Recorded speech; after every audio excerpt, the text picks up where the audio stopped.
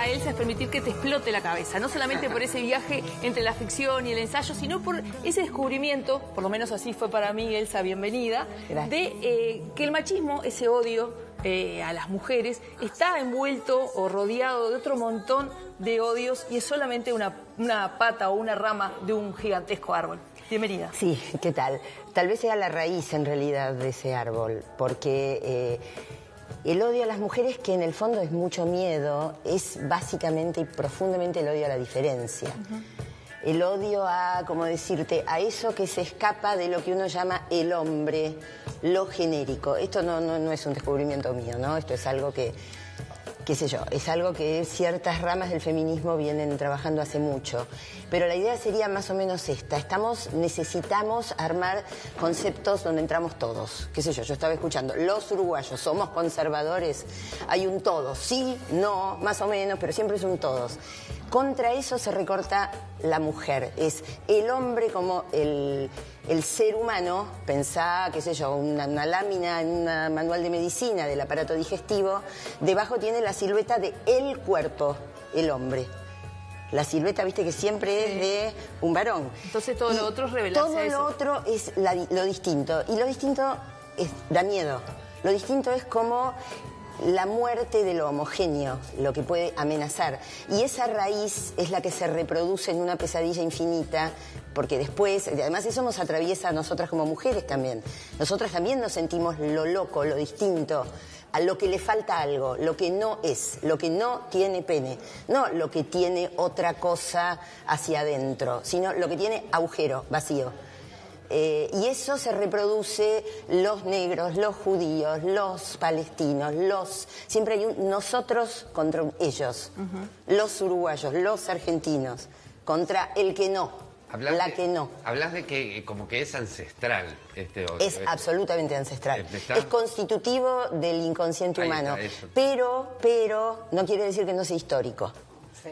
Que sea milenario no quiere decir que no podamos hacer cosas para transformarlo. Bien, ¿y por qué esto nos explota en la cara y empezamos a hablar, ¿no?, de femeninas, como vos decías, o como empezamos a hablar de feminismos y empezamos a alzar la voz fuerte y a hablar también de otras redes que van por debajo? Una necesidad como esto, ¿no?, de decir, ni una menos, acá estamos, estas somos. ¿Por qué sentís que ahora es el momento de hablarnos y repensarnos? La historia de la humanidad muestra que en muchos momentos, muchas veces, las distintas empezaron a pensar acá qué pasa. Siempre hubo. Lo mirás incluso milenariamente.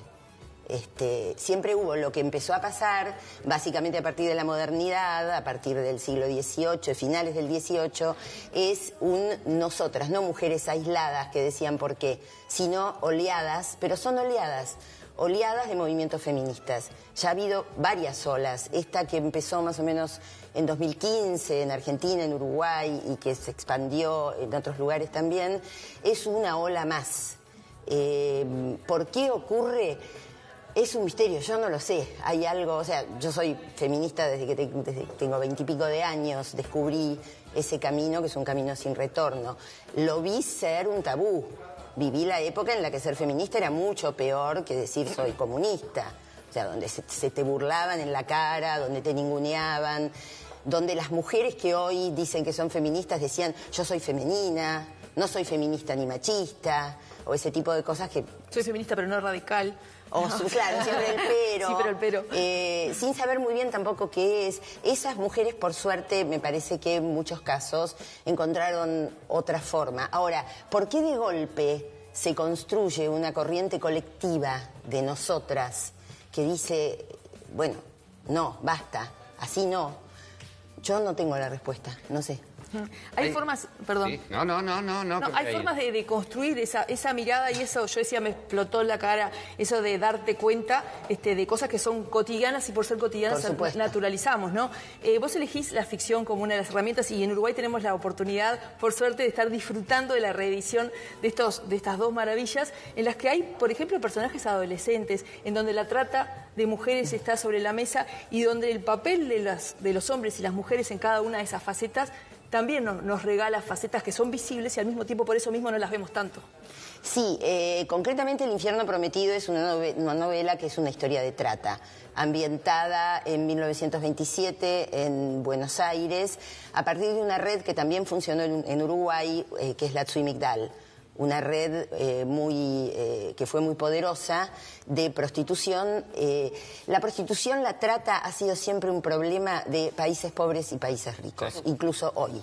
No importa qué comunidad, varones de una comunidad pobre, aprovechando la inmigración y las corrientes inmigratorias a países ricos, explotan a sus mujeres. Concretamente la Tsui Migdal fue una red judía, una mafia judía que las distintas mafias tuvieron sus propias redes. Lo que pasa es que por ciertas condiciones muy particulares, la francesa y la judía como una cosa muy específica, muy particular, llegó a ser muy poderosa.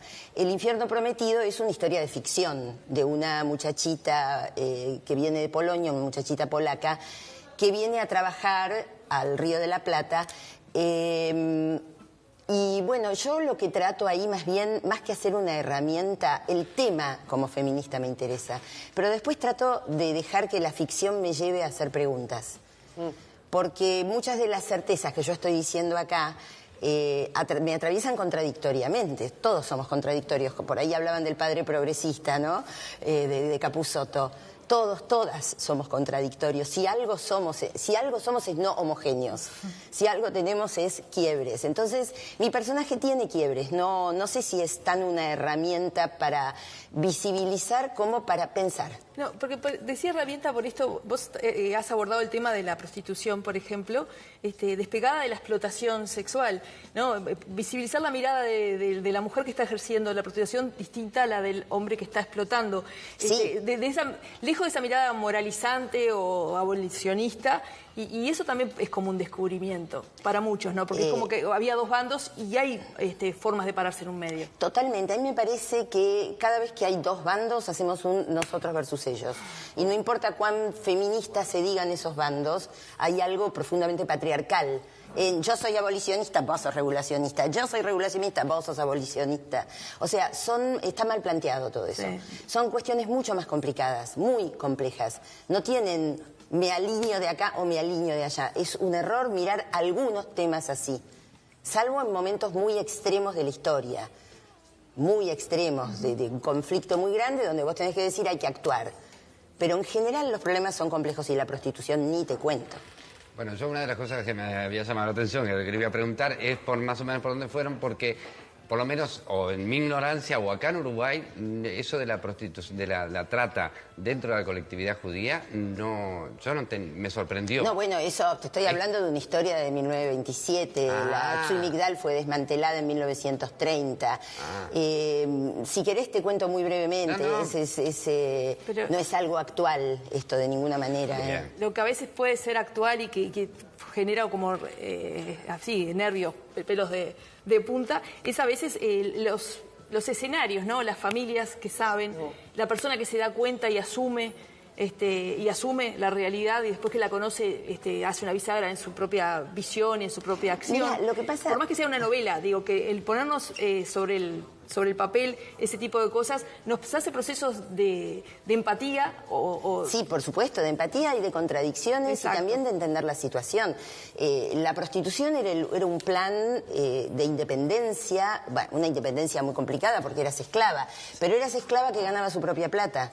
Vos pensá, una mujer, esto que estoy diciendo... Era una privilegiada entre las pares, digamos. Bueno, depende de cómo entendamos privilegiada, ¿no? Estaban encerradas, atendían a 40, 50 hombres por día, morían muy jóvenes, yo no sé, la palabra privilegio es complicada, pero al mismo tiempo ganaban bien. Ganaban bien porque la torta era tan grande que la amiguita que les quedaba era muy grande, nada más que por eso. No, pero a lo que voy es a esto, el proyecto de inmigración a comienzos del siglo era para los hombres. Las mujeres venían como hijas, como hermanas, como esposas.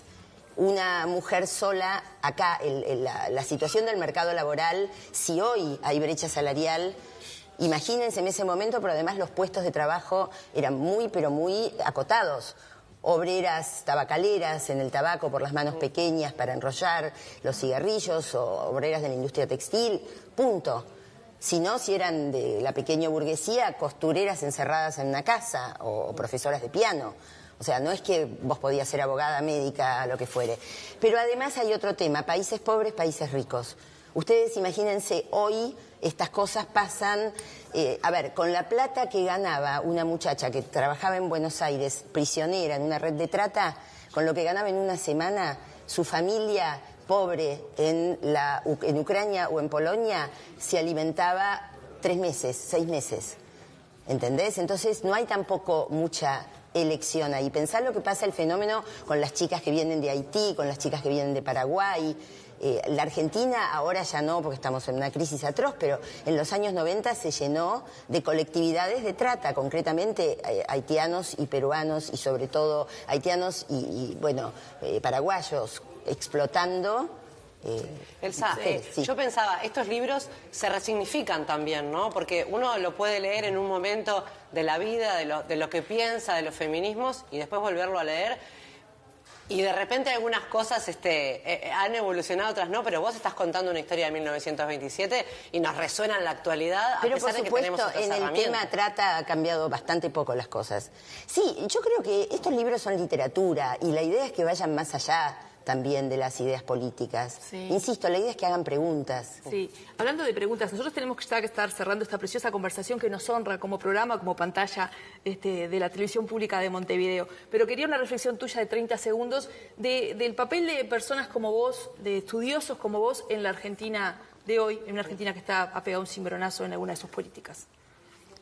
Mira, yo no sé si hay el papel, yo te puedo decir, además de que estoy furiosa, indignada y desgarrada, que creo que lo que tenemos que hacer es pensar por qué la sociedad argentina llegó hasta acá. Y tenemos que pensar no solamente cuál es la catástrofe de que un anarcocapitalista mediocre y tremendo como Milei nos gobierne, sino la catástrofe de que la dirigencia política haya llegado a una descomposición tan grande en su conjunto como para que un tipo como Milei y una mujer como Karina Milei estén realmente a cargo de la nación. Creo que eso habla de la implosión de, sí, una casta política atravesada por la corrupción, el horror, el privilegio y la traición, una traición a su gente, la ruptura del pacto democrático. Hartos de elegirlos a ellos, dijeron, bueno, vamos a ver qué pasa. Una clase abierta, Elsa, muchas gracias por estar con Impresionante. También tenemos Gracias libros a que se ustedes. pueden encontrar acá en Montevideo. Sí, ambos están en libros. todas Checkpoint es un libro de cuentos que sacó Páginas de Espuma y que también atraviesa el problema del poder entre los géneros. Bien. Bueno, ahí está tu